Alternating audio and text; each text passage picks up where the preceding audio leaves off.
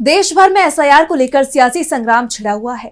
Voter list में गहन पुनरीक्षण यानी एसआईआर को लेकर चुनाव आयोग के खिलाफ विपक्ष ने मोर्चा खोला हुआ है। पहले ये प्रक्रिया बिहार में लागू की गई और अब इसे पश्चिम बंगाल में भी लागू किया जाएगा।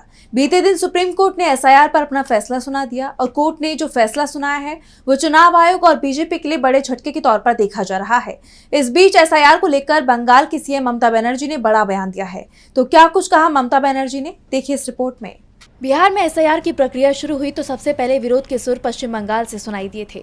ममता बनर्जी ने चुनाव आयोग के साथ बीजेपी को भी घेर लिया था और कहा था कि बिहार सिर्फ बहाना है, बीजेपी के टारगेट पर पश्चिम बंगाल है। बीजेपी चुनाव आयोग की मदद से बंगाल में एसआईआर की आड़ में एनआरसी शुरू करना चाहती है, लेकिन बंगाल सरकार बीजेपी की मंशा को पूरा नहीं होने देगी।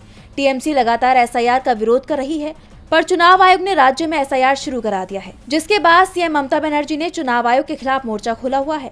इस बीच उन्होंने चुनाव आयोग से बड़ी मांग कर दी है। सीएम ममता ने कहा कि एसआईआर में आधार कार्ड के साथ साथ वोटर कार्ड को भी शामिल करना चाहिए। उन्होंने कहा, I think epic card should be included also.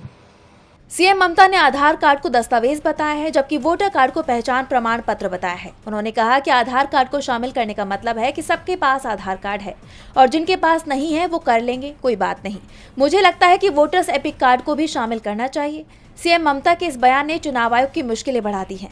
पहले ही चुनाव आयोग को बिहार में काफी मुश्किलों का सामना करना पड़ा। विपक्ष ने इस प्रक्रिया के खिलाफ मोर्चा खोल दिया।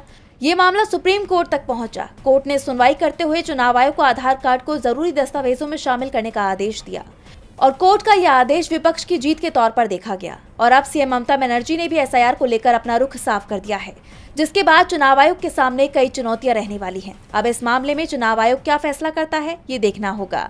डीवी लाइव की रिपोर्ट।